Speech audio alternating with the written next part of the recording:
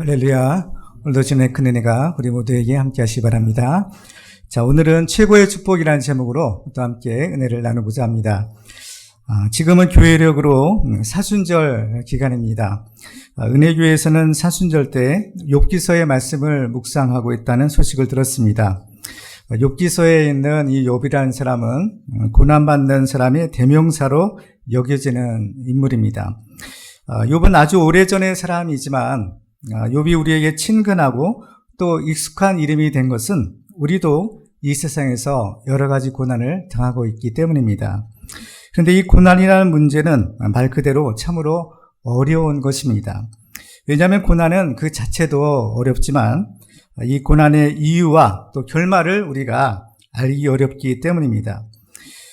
욥도 자기가 왜 고난을 당해야 되는지 그 이유도 모르는 채 오랜 세월을 고통당했습니다.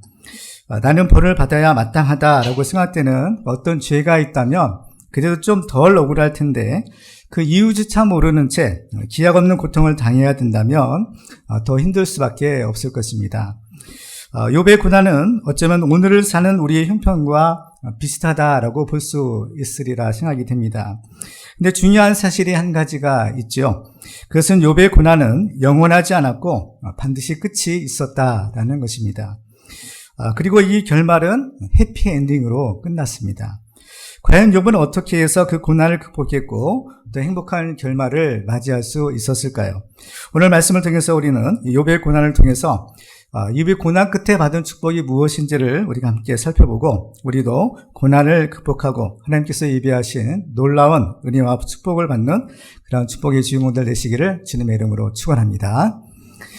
자, 욥은 고난을 당할 때 제가 왜 고난을 당해야 되는지 이유를 몰랐다라고 했습니다.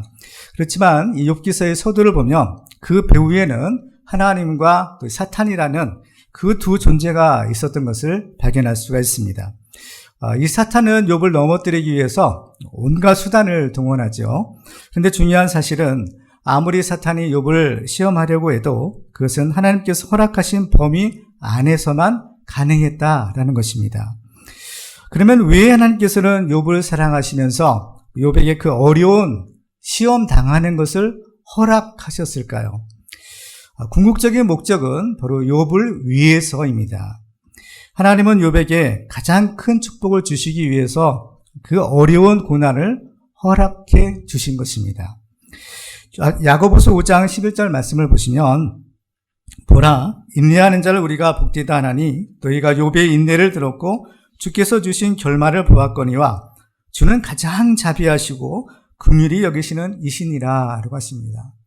하나님은 가장 자비하시고 긍휼히 여기시는 분이시다라는 것입니다. 고난은 참으로 어려운 것이지만 여기에는 놀라운 신비가 있습니다. 예수님도 십자가의 고난을 당하셨기에 바로 부활의 영광을 얻으신 것입니다. 그러면 욥이 그 고난을 통해서 받은 최고의 축복은 과연 무엇이었을까요? 그것은 바로 욥이 하나님을 인격적으로 만나는 축복이었습니다. 욥은 본래 하나님을 믿었던 사람이었습니다. 그런데 욥이 고난을 당하기 이전과 또 고난 당하기 이후의 신앙에는 분명한 차이가 있는 것을 우리가 발견하게 됩니다. 욥이 하나님을 만나기 이전의 신앙은 하나님에 대하여 다른 사람이 전하여 준 말을 들음으로써 얻는 믿음이었습니다. 근데 이제 하나님을 만나고 나니까 자기가 눈으로 직접 하나님을 보는 단계의 믿음에 이르게 된 것입니다. 오늘 보면 5절 말씀을 보시겠습니다. 내가 죽기에 대하여 귀로 듣기만 하였사오나 이제는 눈으로 주를 배웠나이다. 죽기에 대하여 귀로 듣기만 했다는 겁니다. 그렇지만 이제는 내 눈으로 주님을 배웁니다. 물론 모든 사람이 다 욥처럼 직접 자기 눈으로 하나님을 볼 수 있는 것은 아닙니다. 오히려 그와 반대로 대부분은 하나님을 보는 것이 아니라 들음으로써 하나님을 믿는 것입니다. 로마서 10장 17절 말씀을 보시면 그러므로 믿음은 들음에서 나며 들음은 그리스도의 말씀으로 말미암았느니라 하는 거예요. 그러니까 우리의 믿음은 들음에서 나는 겁니다. 보는 것이 아니라 자신 들음에서 이 믿음이 생긴다는 겁니다. 그런데 이 들음에서 나는 믿음과 또 이 하나님을 보는 그런 믿음은 약간의 차이가 있는 겁니다. 욥은 예전에도 하나님을 알았지만 그 알미라는 것은 욥이 오늘 본문에서 고백한 것처럼 귀로 들어서 알았던 지식이었습니다. 근데 귀로 들어서 아는 지식은 내가 경험해서 얻는 지식이 아니라 다른 사람이 전하여 준 것을 통해서 얻는 지식입니다. 그러니까 간접적인 지식이죠. 근데 욥이 이제는 내가 눈으로 주를 배웁니다 라고 말한 것처럼 이제 욥은 하나님을 직접 만나는 그 체험을 하게 된 것입니다. 신앙이란 처음에는 욥처럼 다른 사람이 전하여 준 하나님을 들어서 믿는 것입니다. 그래서 신앙생활을 시작하게 되면 이제 점점 더 하나님을 알아가게 되고 마침내는 하나님을 인격적으로 만나는 그 체험을 하게 되는 것입니다. 우리가 하나님을 인격적으로 만나는 것이 중요한 이유가 있는데요. 그것은 바로 우리의 일생을 완전히 변화시키는 결정적인 사건이 하나님과의 만남이기 때문입니다. 그래서 이 하나님과의 만남부터 하나님과의 인격적인 교제가 시작이 되고 하나님과 동행하는 삶을 비로소 시작할 수 있는 것입니다. 하나님께서는 자신의 칭호를 나는 아브라함의 하나님이요 이삭의 하나님이요 또 야곱의 하나님이다 라고 하셨습니다. 그런데 이 하나님의 칭호에 들어가는 세 사람의 공통적인 특징은 무엇인가 하면 하나님을 인격적으로 만났다라는 겁니다. 하나님을 만났기에 아는 거죠. 하나님 이미 그들을 아셨지만 그들도 하나님을 만났기에 하나님을 아는 그러한 사람이 된 것입니다. 그래서 하나님께서는 나는 아브라함의 하나님, 이삭의 하나님, 야곱의 하나님이라는 겁니다. 우리도 그 하나님이 바로 나의 하나님이 되도록 해야 합니다. 하나님께서 아브라함의 하나님, 이삭의 하나님, 야곱의 하나님이 되셨다면 그 하나님은 또한 나의 하나님도 되실 수 있는 것입니다. 그러기 위해서는요, 바로 이 욥처럼 내가 직접 하나님을 만나는 그 체험이 필요한 것입니다. TV 광고를 보면 익숙한 유명한 배우들이 나와서 이것은 이런 맛이야, 또 저런 맛이야, 둘이 먹다가 하나도 죽어도 모를 정도로 그렇게 기가 막힌 맛이야 라고 이렇게 선전을 하는 것을 우리가 흔히 들을 수가 있어요. 그러면 사실 우리가 이것이 뻔한 광고인 것을 알면서도 어떤가요? 궁금해지는 겁니다. 과연 그 맛이 어떨까? 그래서 한번 사서 먹어보는 겁니다. 먹어보면은 그것이 이런 맛이구나 라는 것을 우리가 알게 되는 것이죠. 부활하신 예수님을 직접 만난 사람들의 이야기가 성경책에 기록되어 있습니다. 그 중에 하나가 막달라 마리아라는 여자였는데요. 이 마리아가 예수님을 만나고 나서 이제 그 제자들에게 가서 예수님의 부활의 기쁜 소식을 전합니다. 요한복음 20장 18절 말씀을 보면 그 장면을 이렇게 기록하고 있어요. 막달라 마리아가 가서 제자들에게 내가 주를 보았다 하고 또 주께서 자기에게 이렇게 말씀하셨다 이러니라.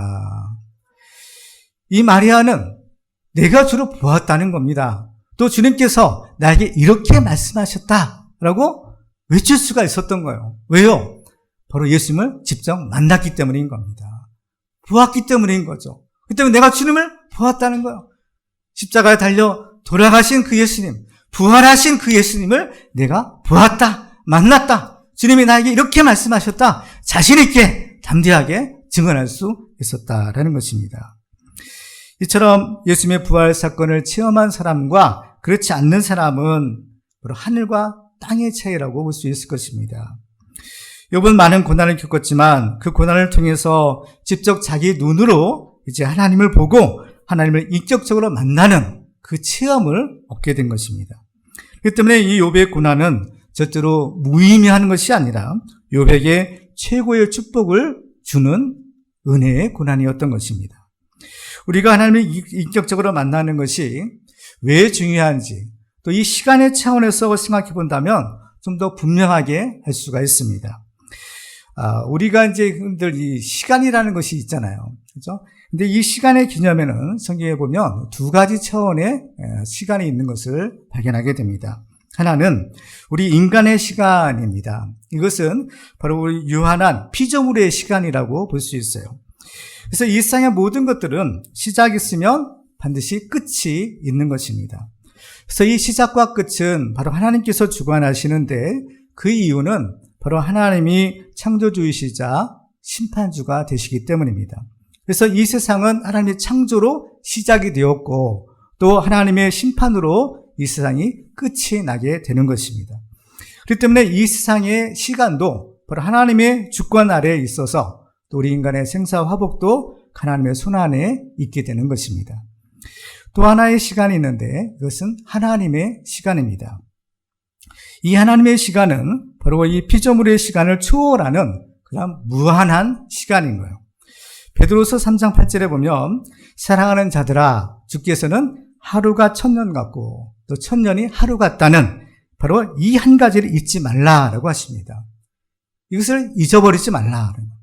하나님의 시간이라는 것은 우리 인간의 시간과는 차원이 다르구나라는 것을 알게 됩니다.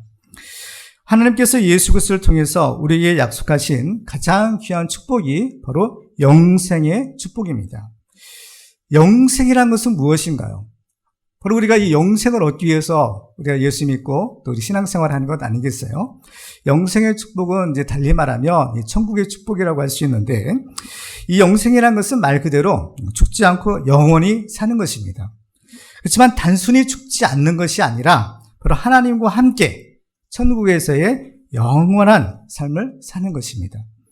사실 이 죽지 않는 것만 따지면 지옥에서도 죽지 않을 수 있죠. 그죠? 지옥은 어떤 곳인가요? 구더기도 죽지 않고 그 불도 꺼지지 않는 곳이다라고 성경은 말씀하는 겁니다.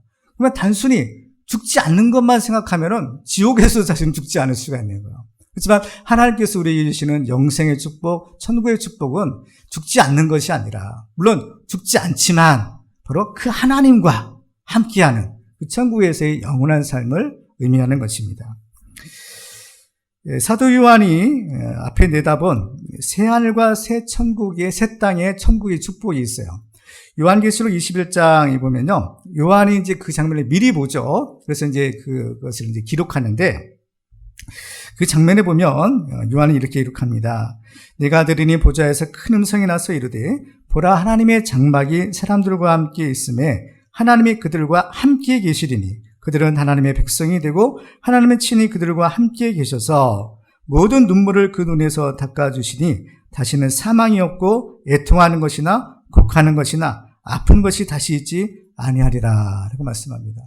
그리고 이것이 우리가 궁극적으로 들어가야 될 천국의 축복이고 우리가 얻는 영생의 축복이다라는 것입니다. 만일 어떤 사람이 100년을 살고 또 200년을 산다 하더라도 하나님을 만나지 못한다면 그의 인생은 바로 인간의 유한한 시간의 한계를 극복할 수 없을 것입니다. 그렇지만 아무리 짧은 인생을 살아도 바로 하나님을 만날 수만 있다면 그의 인생은 하나님의 영원한 시간 속에 살 수가 있는 것입니다. 그래서 예수님은 나는 부활이요 생명이니 나를 믿는 자는 죽어도 살겠고 또 무릇 살아서 나를 믿는 자는 영원히 죽지 아니하리라 라고 말씀하신 겁니다. 따라서 우리들에게 있어서의 가장 큰 축복이라는 것은 바로 이 하나님을 인격적으로 만나는 축복입니다. 이러한 축복을 우리 모두가 받으시기를 주님의 이름으로 축원합니다. 그러면 우리는 어떻게 하면 하나님을 만날 수가 있을까요? 그것은 바로 하나님의 말씀을 통해서입니다. 하나님은 영이시기 때문에 우리 사람의 육신의 눈으로 볼 수 있는 분이 아닙니다. 그래서 하나님께서는 하나님의 아들을 바로 우리와 같은 사람이 되어 보내주신 겁니다. 그분이 바로 예수님이시죠. 성경을 보면 예수님은 말씀이 육신이 되어 오셨다라고 했습니다. 요한복음 1장 1절에 보면 태초에 말씀이 계시니라. 이 말씀이 하나님과 함께 계셨으니 이 말씀은 곧 하나님이시라라고 했어요. 바로 이 하나님의 말씀이 예수님인데 그 말씀이 육신이 되어 오셨다는 겁니다. 그래서 요한복음 1장 14절에 보면 말씀이 육신이 되어 우리 가운데 거하심에 우리가 그의 영광을 보니 아버지의 독생자의 영광이요 은혜와 진리가 충만하더라. 아멘. 그렇습니다. 그 말씀이 육신이 되어 오셔서 그렇죠? 그 말씀을 통해서 우리에게 만나주시는 겁니다.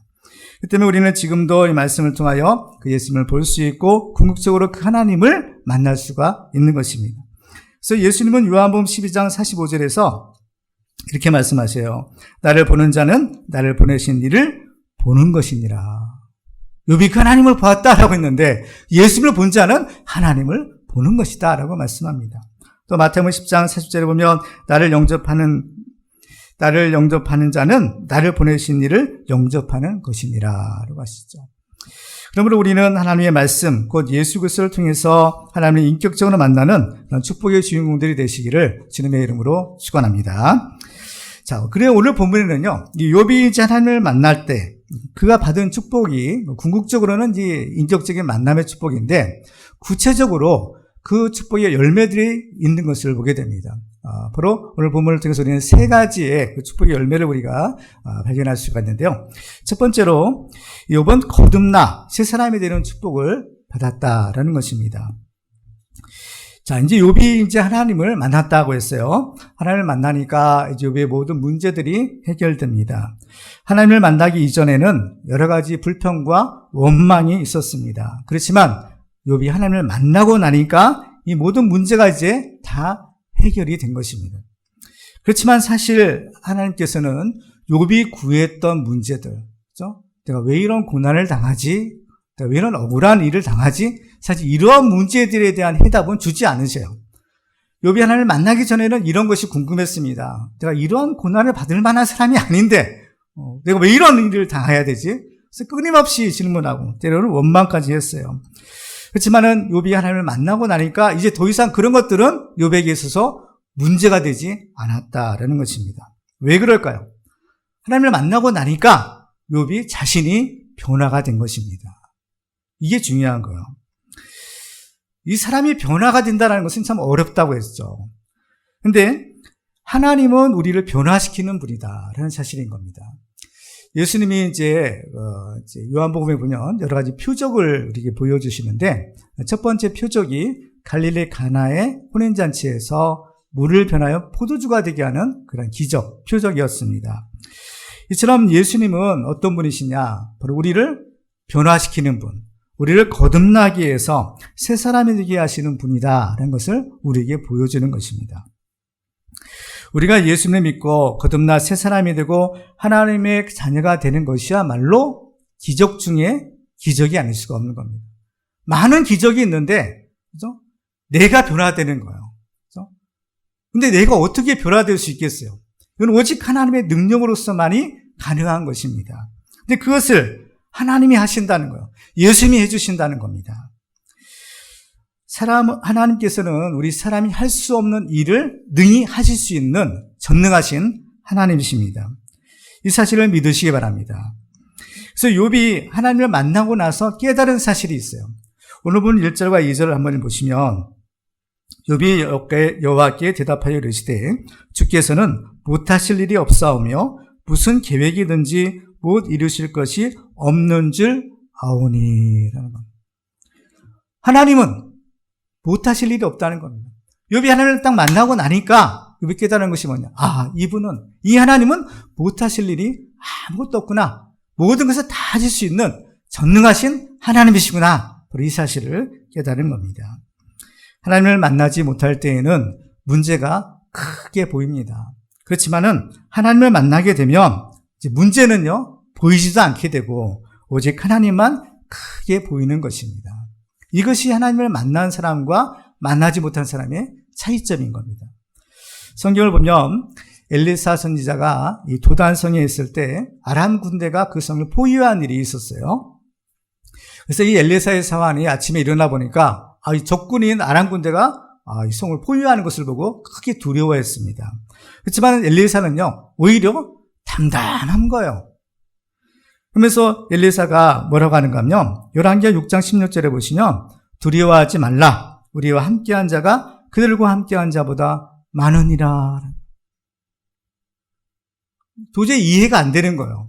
수많은 아람 군대가 이 성에 겹겹이 포위하고 있는데 어떻게 우리와 함께한 자가 저들보다 많다고 할까? 도저히 이해가 안 되는 겁니다.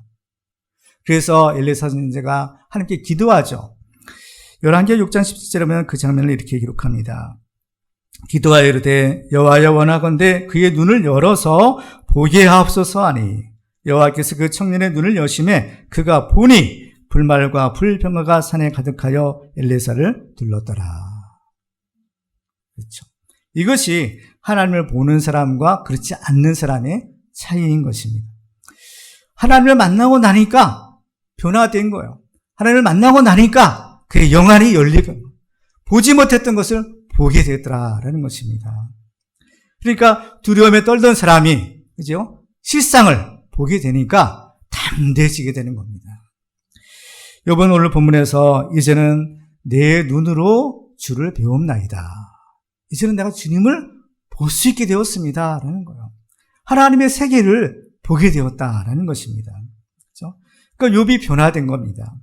우리가 믿는 하나님, 그 여호와 하나님은 능치 못할 일이 없는 전능하신 하나님이구나 하는 사실을 깨닫게 된 것입니다. 하나님은 우리를요 변화시키는 분이에요. 하나님은 모든 것을 할 수 있는 분이라는 겁니다. 성경의 곳곳에서 이 사실을 우리에게 증언하고 있는 겁니다. 예수님께서 탄생하시는 장면도 보면 천사가 마리아에게 나타나서 내가 잉태하여 아들을 낳을 것이다 라는 수태고지를 전해주게 됩니다. 그때 마리아는 천사에게 뭐라고 하는가 하면 나는 남자를 알지 못하는데 어떻게 이런 일이 있겠습니까? 그렇죠. 상식적으로 생각해보면 남자와 여자가 이제 결혼을 해서 이제 아기를 낳을 수 있는데 더군다나 아직 결혼도 안 한 처녀고 남자도 알지 못하는데 어떻게 아이를 낳을 수 있을까? 이해가 안 되는 겁니다. 그런데 천사가 이런 얘기를 해요. 누가복음 1장 35절에 보면 천사가 대답하여 이르되 성령이 내게 임하시고 지극히 높으신 이의 능력이 너를 덮으시리니 이러므로 나실 바 거룩한 이는 하나님의 아들이라 일컬어지리라. 성령께서 너와 함께 하시면 된다는 겁니다. 그러면서 누가복음 1장 37절에 보면 대저 하나님의 모든 말씀은 능하지 못하심이 없느니라. 아멘. 그렇습니다. 하나님을 만난 사람들은 모두가 다 변화되었습니다. 세상이 변한 것이 아니라 바로 자기 자신이 변화된 것입니다. 무엇이 우리를 변화시킬 수 있을까요? 돈인가요? 명예인가요? 권세인가요? 아무것도 우리를 변화시킬 수는 없는 겁니다. 오직 우리를 지으신 전능하신 창조주 하나님만이 우리를 다시 새롭게 만드실 수 있는 겁니다. 왜요? 하나님 우리를 지으신 분이에요. 하나님 우리를 만드신 분인 겁니다. 창조주신 거예요. 그때 우리를 변화시키는 분도 오직 하나님만이 하실 수 있는 것입니다. 하나님이 우리를 새롭게 빚어주시는 거예요.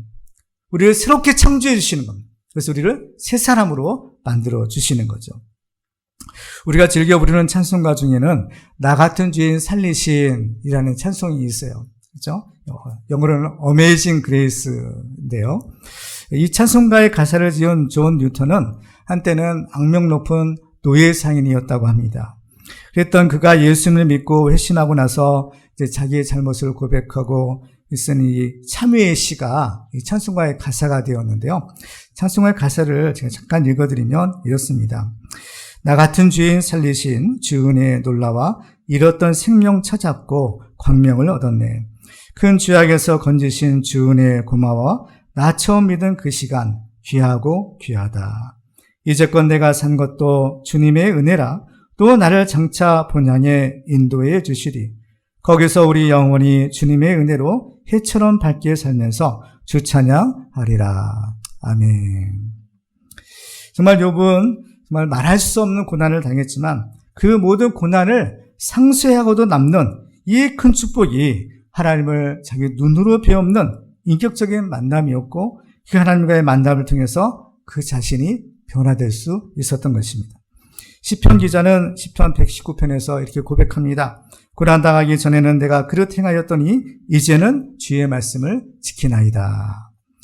고난은 분명히 어려운 것이지만 이 고난은 우리의 신앙 인격을 연단해서 성숙한 그리스도인이 되게 하는 그러한 유익이 있습니다.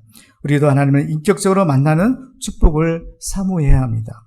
우리도 매일 하나님을 새롭게 만나서 우리의 삶이 변화되는 그런 축복의 주인공들 되시기를 주님의 이름으로 축원합니다. 두 번째로 우리가 하나님을 인격적으로 만날 때 우리는 나 자신을 바르게 알고 또 겸손해질 수 있습니다. 우리 사람이 때로는 이런 어려운 고난을 당하게 되는데요. 그러한 극심한 고난 가운데 있을 때 우리가 조심할 것이 한 가지가 있습니다. 그것은 바로 아무 말이나 함부로 하는 것입니다. 그런데 우리가 이제 사람이 말을 하게 되잖아요. 그죠? 말을 하는데, 해도 되는 말이 있고, 해서는 안 되는 말이 있다라는 것을 성경 우리에게 가르쳐 주고 있습니다. 예수님은 우리가 하는 말에 대해서 마태복음 12장 36절과 37절에서 이렇게 말씀합니다. 내가 너희에게 이르노니 사람이 무슨 무익한 말을 하든지 심판날에 이에 대하여 신문을 받으리니 내 말로 의롭다함을 받고 내 말로 정죄함을 받으리라. 이 말이 중요하다는 겁니다. 근데 문제는 바로 우리가 다 이 말에 실수가 많다는 거죠. 야고보서 3장 2절에 보면 우리가 다 실수가 많으니 만일 말에 실수가 없는 자라면 곧 온전한 사람이라는 거예요. 말에 실수가 없는 사람이 없다는 겁니다. 이사야 선지자가 성전에서 하나님을 만나게 됩니다. 그때 하나님을 만났을 때 이사야가 자기 죄를 발견하게 되고 크게 회개를 하게 되는데 그때 이사야가 발견한 죄가 뭐냐? 바로 이 말로 지은 죄인 거예요. 그때 보면 화로다 나여 망하게 되었도다. 나는 입술이 부정한 사람이요 나는 입술이 부정한 백성 중에 거주하면서 만군의 여호와의 신 왕을 배웠습니다. 자, 어떻게 보면 이사야는 이제 선지자죠. 제사장이. 근데 자기 나름대로는 완벽한 삶, 거룩한 삶을 살았다라고 했던 사람입니다. 근데 막상 하나님을 딱 만나고 나니까 자기의 죄를 깨닫게 되는 거예요. 무슨 죄냐? 말을 너무나 함부로 했구나. 오늘 본문에서 하나님을 만난 욥은 오늘 본 3절에서 이런 고백을 합니다. 3절 말씀 보시면 무지한 말로 이치를 가리는 자가 누구니이까 나는 깨닫지도 못한 일을 말하였고 스스로 알 수도 없고 헤아리기도 어려운 일을 말하였나이다. 이 3절 한 절에서 욥은 똑같은 내용의 말을 3번이나 반복하는 것을 보게 됩니다. 첫째는 뭐예요? 무지한 말로 이치를 가리는 자가 누구냐라는 겁니다. 그리고 두 번째는 나는 깨닫지도 못한 일을 말하였다라는 겁니다. 그리고 세 번째는 스스로 알 수도 없고 헤아리기도 어려운 일을 말하였나이다. 사실 이것은 다 똑같은 내용인 겁니다. 그래서 욥이 하나님을 만났을 때 바로 철저하게 자신의 실상을 발견하고 그 사실을 고백하는 겁니다. 나는 하나님 앞에 이러한 잘못을 범하였구나. 특별히 어떤 잘못이에요? 말로 지은 죄. 그리고 이것을 3번이나 반복하는 겁니다. 특별히 여기서 욥은 무지한 말이라고 했어요. 또 알 수 없는 말이라고 했어요. 지식 없는 말이라고 했어요. 이것은 욥이 바로 극심한 고난 중에 아무 생각 없이 내뱉었던 그런 불평과 원망의 소리인 겁니다. 그래서 하나님께서는 바로 욥의 이 잘못, 그것을 책망하세요. 사실 이 무지한 말이라는 표현은 하나님이 욥을 만나셨을 때 맨 먼저 욥에게 하신 말씀이는 겁니다.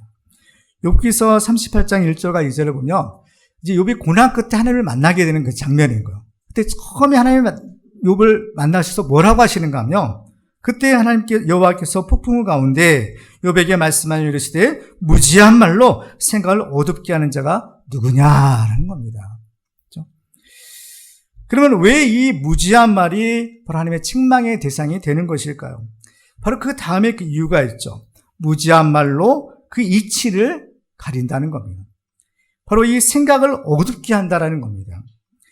여기서 이치에 해당하는 단어는 바로 가르침, 충고, 또 생각, 뜻이라는 의미를 가진 단어입니다. 그러니까 이 가리다라는 거, 감추는 거죠. 그러니까 이 문장을 지역하면 무지한 말은 하나님의 가르침과 뜻을 감춘다. 이런 의미예요. 그래서 무지한 말은 바로 이 고난을 통해서 주시는 하나님의 가르침, 하나님의 뜻을 받아들이지 못하게 방해한다라는 겁니다. 하나님께서 고난을 통해서 주시고자 하는 분명한 하나님의 뜻이 있어요. 가르침이 있는 겁니다. 그런데요, 이 무지한 말이 바로 그 하나님의 뜻을, 하나님의 그 가르침을 가린다, 방해한다라는 겁니다. 욥은 고난을 당할 때 내가 왜 이런 고난을 당해야 하냐며 불평하며 또 하나님께 따지듯이 항변한 일이 있었습니다. 그렇죠? 이처럼 욥이 하나님을 만나기 전에 했던 말은 한마디로 무지한 말이었다라는 것입니다. 근데 욥은 이 하나님을 만나고 나서 비로소 자기는 아무것도 알지 못했구나, 자기의 이 실상을 발견하고 하나님 앞에 얘기하고 겸손해질 수 있었던 겁니다. 함부로 말하는 겁니다. 알지도 못한 채. 우물 안의 개구리는 일상에서 자기밖에 없는 줄을 안다라고 합니다. 근데 그 개구리가 아는 세상은요, 우물안과 같은 그런 아주 좁은 세계에 불과한 것이죠. 그래서 이 개구리처럼 교만한 사람들은 자기가 최고라고 생각을 하게 됩니다. 그렇지만 많은 사람들을 만나보고 또 경험이 많은 사람들은 자연히 겸손해지는 거예요. 왜냐? 이 세상에는 자기보다 더 똑똑하고 더 훌륭한 사람이 많다는 것을 깨닫게 되고 무엇보다도 바로 이 세상에는 창조주 하나님이 계시다라는 사실을 알게 되기 때문인 겁니다. 특히 크신 하나님을 인격적으로 만난 사람은 하나님 앞에서 겸손해지지 않을 수가 없는 것입니다. 그래서 욥이 하나님을 만났을 때 욥은 이제 자신의 어리석음을 인정하고 이렇게 회개합니다. 오늘 보면 6절 보실까요? 그러므로 내가 스스로 거두어드리고 티끌과 재 가운데에서 회개하나이다. 비로소 욥은 하나님을 만났을 때 어때요? 자기의 잘못을 깨닫고 하나님 앞에 회개합니다. 그리고 이제 엎드리는 겁니다. 욥은 특별히 티끌과 재 가운데에서 회개한다라고 했을 때 그것은 욥이 하나님을 만나고 나니까 하나님 앞에서 자기는 이 재와 티끌과 같은 그런 하찮은 존재에 불과하구나라는 것을 깨닫게 된 것입니다. 베드로전서 5장 5절에 보면 하나님은 교만한 자를 대적하시되 겸손한 자들에게는 은혜를 주시느니라. 그러므로 하나님이 능하신 손 아래에서 겸손하라. 때가 되면 너희를 높이시리라. 아멘. 우리도 매일 하나님을 새롭게 만남으로 나 자신을 바르게 알고 하나님 앞에 겸손해서 하나님의 은혜 받는 축복의 주인공들 되시기를 주님의 이름으로 축원합니다. 마지막으로 우리가 하나님을 인격적으로 만날 때 우리는 하나님을 바르게 알고 또 하나님을 바르게 믿을 수가 있습니다. 욥이 하나님을 만났을 때 욥은 비로소 하나님이 어떤 분이신가라는 것을 알게 되었다라고 했죠. 2절 말씀을 다시 한번 보시면 주께서는 못하실 일이 없사오며 무슨 계획이든지 못 이루실 것이 없는 줄 아오니라고 했어요. 여기서 우리가 주목할 단어는 아오니라는 단어입니다. 이 아오니라는 말의 히브리어는 야다인데요. 이 말의 뜻은 어떤 본질을 안다라는 것, 어떤 피상적인 눈으로 보이는 것이 아니라 진짜를 아는 거예요. 본질을 안다라는 겁니다. 욥이 하나님을 만났을 때 이제 본질을 아는 거예요. 누구의 본질을 알아요? 하나님의 본질을 아는 겁니다. 그렇죠? 특별히 이 단어의 문법적인 형태는 완료형을 사용하고 있어요. 이것은 욥이 지금까지 고난당했잖아요. 그 고난을 통해서 지금까지 알게 된 사실인 겁니다. 그 고난을 통해서 얻게 된 알미금. 그렇죠? 그것이 뭐냐? 바로 하나님은 전능하신 분이구나라는 겁니다. 지금까지 욥이나 욥의 친구들의 근본적인 문제는 하나님을 바르게 알지 못한 데 있었다라는 겁니다. 그들은 하나님을 알고 있다라고 생각했지만 그들의 하나님에 대한 지식은 단편적인 지식이었고 온전한 지식이 아니었다라는 겁니다. 근데 더 큰 문제가 있어요. 그것은 바로 자기들이 알고 있는 이 하나님에 대한 단편적인 지식을 절대적인 진리로 알고 또 모든 상황에 또 무조건 적용하려고 했다라는 겁니다. 그렇지만 하나님은 어떤 분이세요? 크신 하나님이시라는 겁니다. 인간의 하나님을 알아도 그것은 지극히 작은 일부분에 불과한 겁니다. 우리가 하나님을 아는 것은 너무나 귀한 축복이지만 그것도요, 하나님께서 우리에게 알게 해주시는 범위 안에서만 가능한 거예요. 이것을 계시라고 하죠. 열어서 보여주신다는 겁니다. 그렇죠? 그 안에서만 우리가 하나님을 아는 거죠. 따라서 하나님을 만난 욥이 깨달은 것은 지금까지 자기가 하나님에 대해서 알았던 것이 지극히 일부분에 불과했구나라는 것을 깨달은 것입니다. 그래서 욥은 이제 소원이 생기죠. 그것은 무엇인가 하면 바로 이 하나님에 대해서 더 알고 싶다라는 겁니다. 자기가 지금까지 하나님을 알았다라고 생각했지만 그 하나님에 대한 지식은 지극히 일부분에 불과한 겁니다. 그래서 욥은 하나님께 이렇게 간구합니다. 자, 오늘 보면 4절 말씀 보실까요? 내가 말하겠사오니 주는 들으시고 내가 주께 묻겠사오니 주여 내게 알게 하옵소서라는 겁니다. 주님을 알게 하옵소서. 묻겠사오니 주님께서는 대답하여 주시고 나로 하여금 주님을 알게 하여 달라라는 겁니다. 욥은 하나님께 질문하고 하나님은 욥에게 대답하시는 거예요. 그래서 바로 이것이 무엇인가요? 기도인 겁니다. 기도는 일방적인 것이 아니에요. 하나님과의 대화가 기도인 거죠. 그래서 이것이 바로 하나님과의 교제이자 하나님과 동행하는 삶인 겁니다. 우리가 이제 서로를 아는 것은 굉장히 귀한 축복인 거예요. 이제 결혼해서 이제 부부 관계를 보면요. 물론 우리가 이제 결혼하기 전에 서로 이제 사귀잖아요. 교제하는 기간을 갖고 또 결혼을 하고 이제 살아가는데 우리가 그 배우자들, 남편이든 아내든 근데 안다라고 생각하지만 그건 지극히 일부분에 불과한 겁니다. 지금까지 여러분들은 이제 결혼해서 대부분 결혼하신 분, 아직 결혼 안 하신 분도 혹시 있을지 모르겠는데 결혼해서 지금까지 살아오면서 여러분들의 배우자에 대해서 얼마나 많이 알고 있다라고 생각하세요. 그렇지만 어느 순간에 내가 알지 못했던 것이 있었구나라는 것을 또 깨닫게 되는 겁니다. 새로운 것들도 발견하게 되는 거죠. 이렇게 서로를 안다라는 것은 굉장히 귀한 축복이 아닐 수가 없어요. 그래서 우리는 서로를 계속해서 더 깊이 알아가는 그러한 과정 가운데 있는 겁니다. 근데 서로를 더 알아가면 알아갈수록 그렇죠? 더 깊은 사랑과 또 깊은 이해와 이것이 가능한 겁니다. 그래서 아는 것은 굉장히 사실은 중요한 축복이 아닐 수가 없는 것입니다. 그래서 욥도 마찬가지였어요. 욥도 이 하나님을 만나기 전에는 자기 나름대로 하나님에 대한 지식 안다라고 생각했지만 하나님을 딱 만나고 보니까 이것은 아무것도 아니었구나. 그래서 이 소원은 하나님을 더 알고 싶다라는 겁니다. 이렇게 이 욥이 하나님을 만나고 나니까요, 굉장히 큰 축복을 받아요. 뭐냐? 아무것도 두려워할 것이 없더라는 겁니다. 하나님을 만나기 전엔 두려움이 있었어요.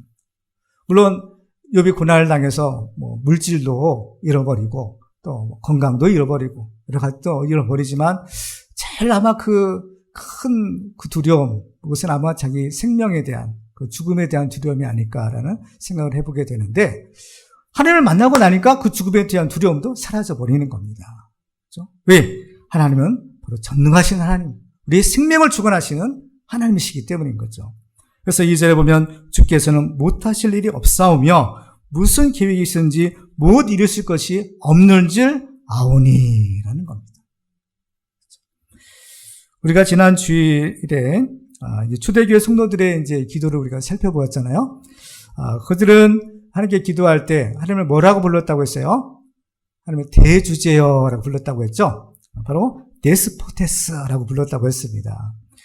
이 말의 의미는 하나님께서는 온 세상 만물을 지으신 창조주 하나님이시고 또 온 세상 만물이 다 하나님의 것이고 또 하나님은 지금도 살아계셔서 이 세상 만물을 다스리시는 만왕의 왕이다라는 의미였어요. 그죠? 그리고 그 대주제여 데스포테스 하나님 하고 이제 부르면서 기도했다는 겁니다. 그 때문에 그 초대교회 성도들이 불렀던 그 하나님, 초대교회 성도들이 알았던 그 하나님과 오늘 본문에 보면 욥이 하나님을 만나고 나서 알았던 사실이 뭡니까? 바로 전능하신 하나님인 겁니다. 그러니까 욥이 하나님을 만나서 깨달은 하나님과 초대교회 성도들이 하나님께 기도했던 하나님에 대한 지식은 정확하게 일치했다라는 사실인 겁니다. 따라서 우리도 이 하나님을 인격적으로 만나서 얻게 되는 하나님에 대한 참된 지식은 무엇이냐? 역시 바로 전능하신 하나님, 대주제이신 바로 그 데스포테스의 하나님이시다라는 겁니다. 그래서 욥이나 초대교회 성도들이 다 하나님에 대한 깨달음이 바로 이것이었던 겁니다. 대주제이신 하나님, 전능하신 하나님, 나의 인생을 책임지시는 하나님, 우리 인간의 생사화복을 주관하시는 만왕의 왕이신 하나님이시다라는 사실인 겁니다. 그래서 다메섹 도상에서 부활하신 예수님을 만난 바울은 이런 고백을 합니다. 빌립보서 3장 7절에 보면 그러나 무엇이든지 내게 유익하던 것을 내가 그리스도를 위하여 다 해로 여길 뿐더러 또한 모든 것을 해로 여김은 내 주 그리스도 예수를 아는 지식이 가장 고상하기 때문이다. 왜 그리스도를 아는 지식이 가장 고상하다고 했을까요? 왜냐하면 바로 이 예수님이야말로 삼위일체 하나님이시기 때문인 겁니다. 우리가 이 하나님을 바르게 알고 하나님을 바르게 믿어야 된다라고 했어요. 근데 하나님을 바르게 알고 하나님을 바르게 믿으려면 어때요? 하나님을 만나야 된다는 겁니다. 하나님을 만날 때 그래서 우리는 하나님을 바르게 알고 하나님을 바르게 신앙할 수 있는 겁니다. 그런데 하나님은 영이신 분이라고 했어요. 그렇죠? 눈으로 볼 수 없는 하나님인 겁니다. 그래서 하나님께서는 독생자 예수를 보내주셨고 그 예수님을 보는 사람은 하나님을 보는 사람이고 그 예수를 만난 사람은 하나님을 만난 사람이 되기 때문인 겁니다. 그렇기 때문에 우리가 하나님을 바르게 알고 하나님을 바르게 믿기 위해서는요. 바로 그 예수 그리스도를 바르게 알고 바르게 믿는 것, 바로 이것이 우리에게 주시는 열쇠인 겁니다. 해답인 것입니다. 호세아 6장 3절에 보면 그러므로 우리가 여호와를 알자 힘써 여호와를 알자라고 했어요. 호세아 선자의 간절한 호소인 겁니다. 여호와를 알아야 된다. 하나님을 알아야 된다. 힘써 하나님을 알아야 된다는 겁니다. 이것을 신약 성경에서는 뭐라고 하시는가 하면 베드로후서 3장 18절에서 이렇게 말씀합니다.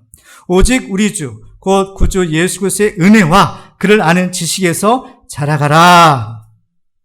그리고 이것이 하나님을 아는 것은 곧 예수 그리스도를 아는 것이고 그 예수 그리스도를 아는 지식에서 우리의 믿음이 자라는 것이다 라고 말씀하고 있는 것입니다.